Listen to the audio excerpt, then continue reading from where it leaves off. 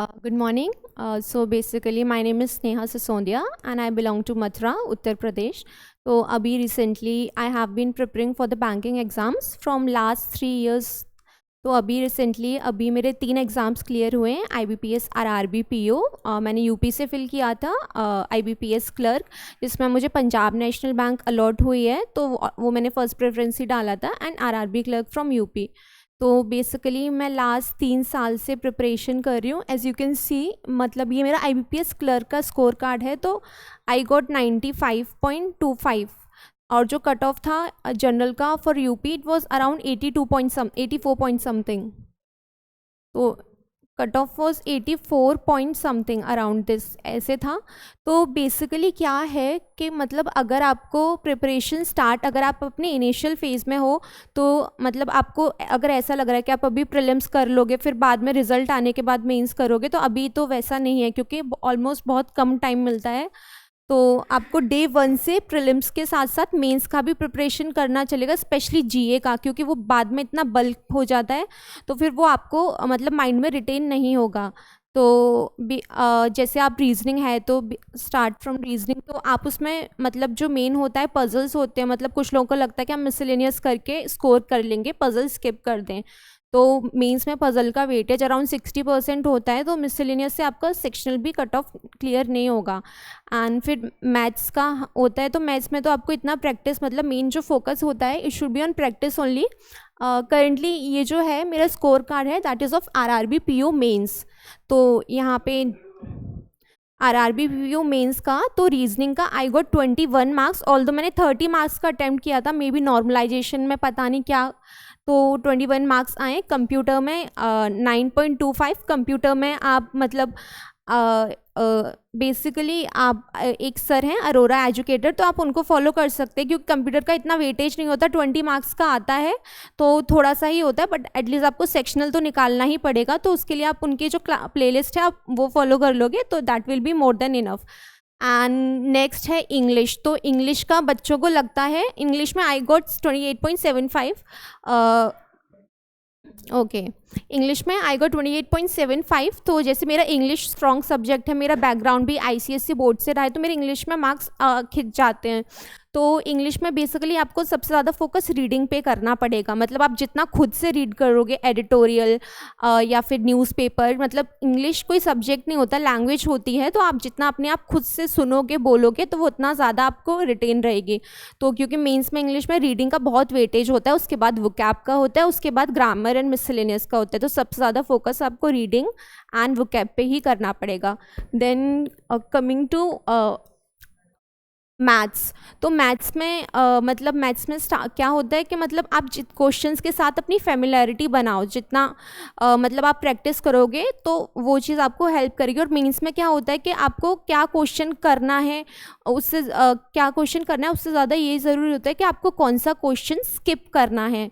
तो and apart from that arithmetic, कुछ बच्चों को लगता है कि हम अरिथमेटिक मिस कर देंगे तो आपका प्री में तो काम चल जाएगा, बट मेंस में नहीं, क्योंकि मेंस में आपको अरिथमेटिक बेस्ड DI देखने को मिलेंगी, स्पेशली प्रोबेबिलिटी वगैरह, बोट एंड स्ट्रीम। तो मेंस में जो 2-3 DI जो होती हैं वो अरिथमेटिक बेस्ड ही होती हैं, तो मतलब अगर आपको मेंस में अच्छा स्कोर करना है तो आपको अरिथमेटिक पे भी ध्यान देना पड़ेगा। देन GA, मतलब अभी फिर एक GA बचा, तो उसमें मैं पर्सनली क्या करती थी, मैंने 2 सोर्सेज फॉलो किए थे, एक तो PDF सोर्स और एक वीडियो सोर्स। तो मतलब आप डेली बेसिस पे तो कोई भी PDF सोर्स फॉलो कर सकते, क्योंकि मुझे वीडियो जो होता था वो थोड़ा वेस्ट ऑफ टाइम लगता था, तो मतलब मैं खाली जो मंथली एंड वीकली वाला होता था तो उसके लिए मैं वीडियो सोर्स फॉलो करती थी। तो एक PDF सोर्स एंड एक वीडियो सोर्स, तो दैट विल बी इनफ।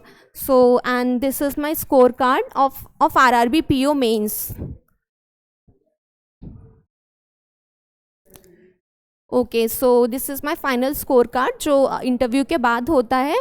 तो एंड इंटरव्यू के लिए आप मॉक इंटरव्यू सेशंस लें, that will be really helpful, क्योंकि मैंने लिए थे तो मेरा कॉन्फिडेंस काफ़ी उससे बूस्ट हुआ था।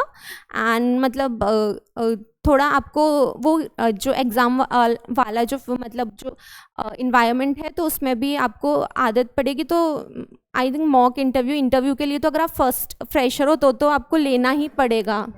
हाँ, एंड मैंने मॉक इंटरव्यूज़ महिंद्रा से लिए थे, मतलब Mahindra from the Mathura branch. मैंने लास्ट ईयर भी लिए थे एंड इस ईयर भी लिया है, तो मेरा इंटरव्यू में स्कोर जो है वो ड्रास्टिक इम्प्रूव हुआ था। मेरे को इस बार दोनों में 80 प्लस मिला है। तो मॉक इंटरव्यू सेशंस, क्योंकि आपको एक इन्वायरमेंट पता लग जाता है कि आपको कैसा, मतलब कैसे बात करना है, कैसे रिएक्ट करना है हर क्वेश्चन का, तो वो हेल्पफुल होगा। एंड अपार्ट एंड मतलब अगर मतलब मुझे जैसे हम लोग प्रिपरेशन करते हैं तो एक टाइम ऐसा आ जाता है कि मतलब हम लोगों को लगता है कि नहीं हो रहा तो फिर हम लोग छोड़ दें, मतलब तो मतलब उस टाइम पे आपको सिर्फ, मतलब मेरा लाइफ का सिंपल फंडा है, अगर आपको लाइफ में कुछ करना है तो आप बहरे हो जाओ, आप न सुनो आजू बाजू लोग आपको क्या बोल रहे हैं, डजेंट मैटर। आपको बस खुद पे ट्रस्ट होना चाहिए, कॉन्फिडेंस होना चाहिए और साथ में डिसिप्लिन और कंसिस्टेंसी होना चाहिए।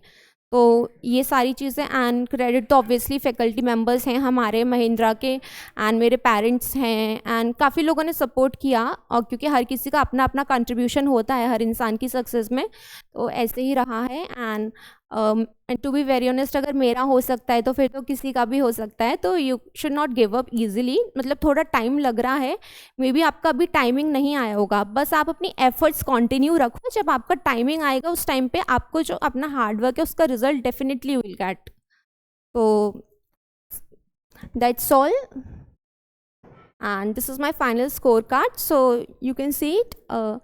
And so at the end, मतलब have trust on yourself, खुद पे भरोसा रखो, फेथ रखो, कोई क्या बोल रहा है डजेंट मैटर। मतलब अगर आपको खुद पे ट्रस्ट है तो आप कर जाओगे, और कहीं से भी अगर आपको लगता है नेगेटिविटी आ रही है तो मतलब उस सर्कल को ही आप क्विट कर दीजिए। क्योंकि मतलब मेरा लाइफ का सिंपल फंडा है कि अगर कोई भी चीज़ लाइफ में दो बार होती है, एक तो विजुअलाइजेशन में, तो आप पहले अपने माइंड में सेट करो कि आपका एग्ज़ाम क्लियर हो जाएगा, क्योंकि जब आपका माइंड में सेट होगा तभी आप वो एक ऐसा सराउंडिंग बना पाओगे कि आपका वो हो जाएगा।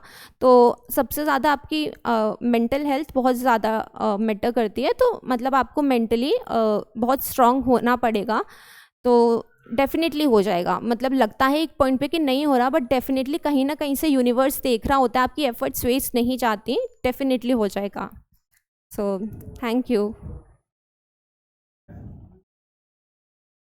हाँ, एंड वन मोर थिंग जो मैंने यहाँ पे ऐड नहीं करा है, तो एक प्रो बैंकर्स हमारा चैनल है, तो आप उसको फॉलो कर सकते हो फॉर मैथ्स एंड रीजनिंग, तो वो आपके लिए काफ़ी फ्रूटफुल होगा। मैंने पर्सनली फॉलो किया है तो मुझे वहाँ से काफ़ी हेल्प मिली है। बाकी हर इंडिविजुअल फैकल्टी अपना अपना बेस्ट ही देती हैं, आप पे डिपेंड करता है कि आप उस चीज़ को कितना अच्छे से कर पा रहे हो, तो that is most important thing. So thank you.